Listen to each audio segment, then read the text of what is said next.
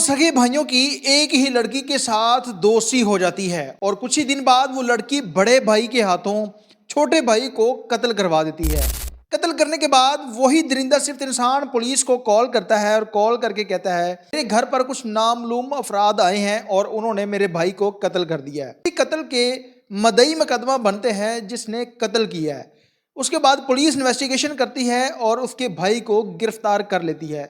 अब ये कत्ल क्यों किया गया, इस कत्ल के पीछे असल हकीकत क्या थी, वो लड़की कौन थी, आज किस वीडियो के अंदर मुकम्मल डिटेल आप लोगों के साथ शेयर करने जा रहा हूं। नारिन, आप देख रहे हैं मेरा डिजिटल चैनल, मैं हूं आपका मेजबान और मेरा नारिन। फैसलाबाद का इलाका चक झुमरा, जहां पर एक ऐसा अफसोसनाक वाकया पेश आया है। आप लोगों ने बहुत सारे केसेस देखे होंगे, लेकिन इस तरह की नवैयत का पहला केस हमारी नज़र से गुजरा है, जहां पर एक लड़की की वजह से बड़े भाई ने अपने छोटे भाई को कत्ल कर दिया। वाले शख्स का नाम शहबाज है और जिसको कत्ल किया जाता है उसका नाम था शाहनवाज।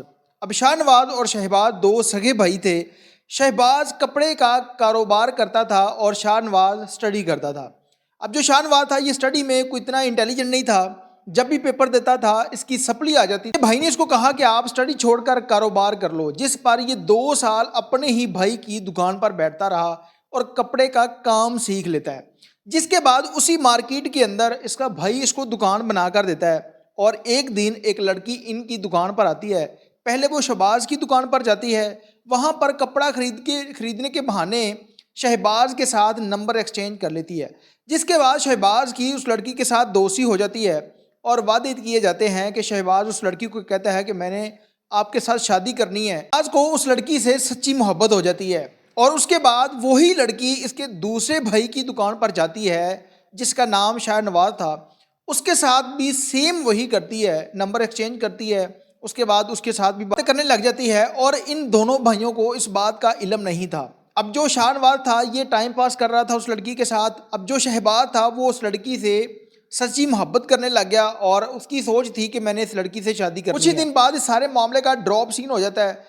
एक दिन शहबाज और शाहनवाज दुकान बंद करके जब ये घर जाते हैं, घर जाने के बाद शहबाज को किसी शख्स को कॉल करनी थी और उसने मोबाइल रखा, उसको मोबाइल नहीं मिल रहा था, लाइट ऑफ होगी। अब इस शख्स ने अपने भाई का मोबाइल लिया, वहाँ से जब ये कॉल करने लगता है तो उस लड़की के मैसेज आए हुए थे। जब उसने उसकी लिस्ट देखी, उस लड़की का नाम था सोनिया। सोनिया के नाम से ये नंबर सेव था। इस शख्स ने उसको उसके मैसेज को ओपन किया और नंबर को चेक किया। जब उसने देखा कि ये तो वही लड़की है जिसके साथ मैं शादी करना चाह रहा हूँ और इसके मेरे भाई के साथ नाजायज़ तल्लुकात हैं, उसने वो सारे जो पीछे बैकअप पे चैट थी वो सारी पढ़ी, जिससे उस शख्स को बहुत ज़्यादा दुख होता है और परेशान भी हो जाता है। उसने अपने भाई से जब पूछा तो उन दोनों भाइयों में लड़ाई शुरू हो जाती है। जब ये लड़ाई शुरू होती है तो लड़ाई इस हद तक बढ़ जाती है कि जो शहबाज है ये पिस्टल पकड़ता है और अपने भाई को फायर मार देता है। शख्स ने फायर मारा तो इसका जो भाई था ये ज़मीन के ऊपर गिरता है और उसके बाद उसकी मौत वाक़या हो जाती है। ये शातिर मुलज़िम खुद ही 15 पे कॉल करता है, पुलिस को इतला देता है कि मेरे भाई को कुछ नामालूम अफराद हमारे घर पे आए हैं और उन्होंने मेरे भाई को कत्ल कर दिया है। जिसके बाद पुलिस मौके पर पहुंचती है, फॉरेंसिक की टीमें पहुंच जाती हैं, पोस्टमार्टम वगैरह किया जाता है और उसके बाद 302 का मुकदमा दर्ज कर लिया जाता है। अब हैरत की बात यह है कि इसी कत्ल के केस में जो एफआईआर होती है, कत्ल करने वाला शख्स ही इस एफआईआर का मदई मुकदमा बन जाता है। उसको था कि पुलिस को किसी किस्म का कोई शक नहीं होगा और मैं खुद ही मदई बन जाता हूँ। जिसके बाद पुलिस ने सीडीआर निकलवाई इस शख्स के नंबर की और इसके भाई के नंबर की, और एक नंबर मसलसल दोनों तरफ राब्ते में था, उसके साथ भी। जब उन्होंने देखा कि 2 घंटे एक ही टाइम पे इस शख्स के साथ बात हो रही है, जब इधर से फ़ोन बंद हुआ है तो दूसरे शख्स के साथ बात होने लग जाती है।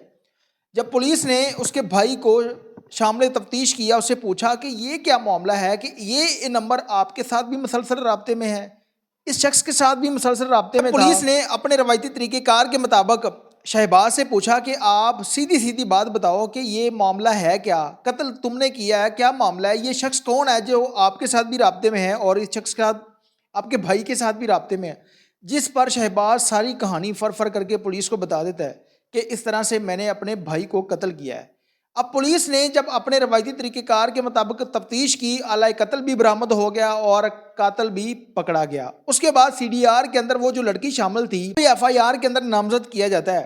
جب نامزد کرنے کے بعد اس لڑکی کے گھر پر چھاپا مارا جاتا ہے تو وہاں پر جا کر دیکھا کہ وہاں پر تالا لگا ہوا ہے اور وہ ایک کرائے کے مکان پر رہتی تھی. وہ ایک جگہ سے ٹکانہ بدل کر دوسری جگہ پر جا چکی تھی.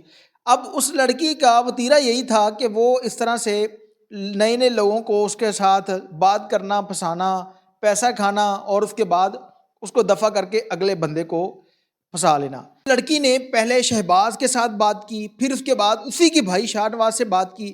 اب جب پولیس اس لڑکی کو گرفتار کرے گی تو اس کے بعد یہ ساری حقیقت سامنے آئے گی کہ کیا اس لڑکی نے جان بوجھ کر یہ سارا ڈرامہ کیا کہ اس کو پتہ تھا شہباز اور شاہ نواز دونوں بھائی ہیں، یا کہ اس نے نہ جانتے ہوئے ان دونوں سے الگ الگ جگہ پر دوستی کی اور اس دوستی کے نتیجے میں ایک سگا بھائی اپنے بھائی کو گولی مار کر قتل کر دیتا ہے.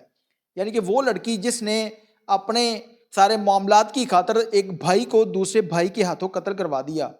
میرے خیال میں اس درندہ صفت انسان کو اس معاشرے کے لیے نشان عبرت بنانا چاہیے اور اس لڑکی کو بھی گرفتار کرنا چاہیے اور اس لڑکی کے اوپر بھی 302 کا مقدمہ درج ہونا چاہیے کہ جس لڑکی نے دوستی کی دونوں بھائیوں سے اور اس کے بعد بڑے بھائی کے ہاتھوں چھوٹے بھائی کو قتل کروا دیا. پولیس اس کو گرفتار کرنے کے لیے مختلف مقامات پر چھاپے مار رہی ہے.